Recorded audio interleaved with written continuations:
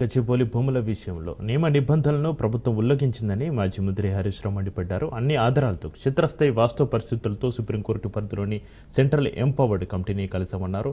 రైతు ఒక చెట్టు కొడితే కేసు నమోదు చేస్తున్నారు. రైతుకు ఒక చట్టం, రేవంత్ రెడ్డికి ఒక చట్టమా అంటూ హరీష్ రావు ప్రశ్నించారు. స్పష్టంగా ఈ భూమి హెచ్సియుదని చెప్పిన వివరాలు కూడా ఉన్నాయి. 20 నవంబర్ 2012 అప్పటి జిల్లా కలెక్టర్ గారు CCLA కు రాసిన ఉత్తరం copy. The RDO Chevalla has inspected the proposed land and recommended alienation of land for University of Hyderabad. 2185 ఎకరాలు. ఇది ఆల్రెడీ యూనివర్సిటీ ఆధీనంలో ఉంది, యూనివర్సిటీ పొజిషన్ లో ఉంది. 1975 నుంచి యూనివర్సిటీ పొజిషన్ లో ఉంది. రెవెన్యూ రికార్డ్స్ ప్రకారంగా చూసినా, పంచనామా ప్రకారంగా చూసినా, నేను ఫిజికల్ గా ఇన్స్పెక్షన్ చేసినప్పుడు కూడా వాళ్ళ ఆధీనంలో ఉంది అని అప్పటి RDO గారు, అప్పటి కలెక్టర్ గారు ఈ భూమిని వాళ్ళకి ఇవ్వాలని చెప్పి రాసినటువంటి ఉత్తరం. అంటే స్పష్టంగా ఈ భూమి ఇది HCU భూమి అని ఆ కలెక్టర్ గారు అప్పుడు రాసిన లేఖలో ఉంది. HCU ఆధీనంలో ఉంది. పోలీస్ స్టేషన్ లో వీళ్ళు అప్లై చేసినారు చెట్లు నరకడానికి. పోలీస్ స్టేషన్ లో దరఖాస్తు పెట్టింది TGIIC. ఏమని? మేము ఈ అడవిని, ఇక్కడ ఉన్నటువంటి చెట్లను నరకదలుచుకున్నాము, మాకు రక్షణ ఇవ్వండి అని పోలీసులకు దరఖాస్తు చేసినారు. మరి పోలీసులు ఎవరైనా దరఖాస్తు పెడితే వాళ్ళు అడుగుతున్నది న్యాయబద్ధమైన పనా, అది చట్టానికి లోబడిన పనా కాదా అనేటువంటిది డ్యూ డిలిజెన్స్ చేసుకోవాల్సిన బాధ్యత పోలీస్ డిపార్ట్మెంట్ కు ఉంటదా ఉండదా? TGIIC పెట్టిన దరఖాస్తే నేరపూరితమైనటువంటి, ఏది చూడకుండానే పోలీసు రక్షణలో రాత్రింబవళ్లు 50 బుల్డోజర్లు పెట్టి చెట్లను ఊచకోత కోసినటువంటి పరిస్థితి. దాదాపు 3 జింకలు చనిపోయినాయి ఇప్పటికే అని చెప్పి స్పష్టంగా ఫోటోస్ తో సహా, ఎవిడెన్స్ తో సహా కుక్కలు కొరికేస్తున్నాయి, జింకలు చనిపోతా ఉన్నాయి, జింకలు పరిసర ప్రాంతాల ప్రజల ఇళ్లలోకి వస్తున్నాయి. మరి 3 జింకలు చంపితే ఈ మరణానికి కారణం ఈ ముఖ్యమంత్రి, ఈ ప్రభుత్వం కాదా? దీని మీద న్యాయపరంగా చర్య తీసుకోవాలన్నా వద్దా? స్పష్టంగా మీరు ఇవాళ ప్రకృతిని విధ్వంసం చేసి, చెట్లను నరికివేసి, ఇలా మూగజీవాల విధ్వంసానికి పాల్పడి 3 జింకలు చనిపోవడానికి ఇలా బాధ్యత రాష్ట్ర ప్రభుత్వందా కాదా? వారే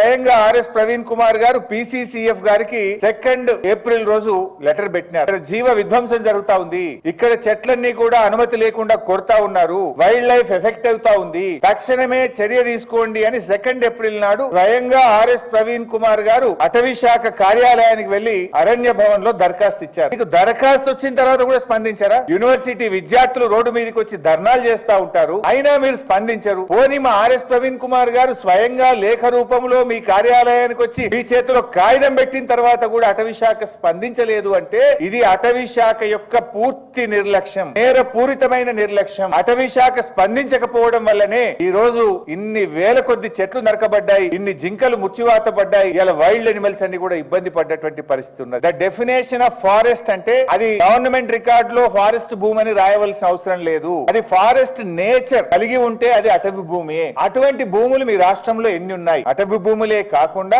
అటవీలో ఉండేటువంటి లక్షణాలు కలిగినటువంటి ప్రభుత్వ భూములు, పట్టా భూములు మీ రాష్ట్రాల్లో ఎన్ని ఉన్నాయి, వాటి వివరాలు ఇవ్వండి అని దేశంలోని అన్ని రాష్ట్రాలను కూడా సుప్రీంకోర్టు కోరింది.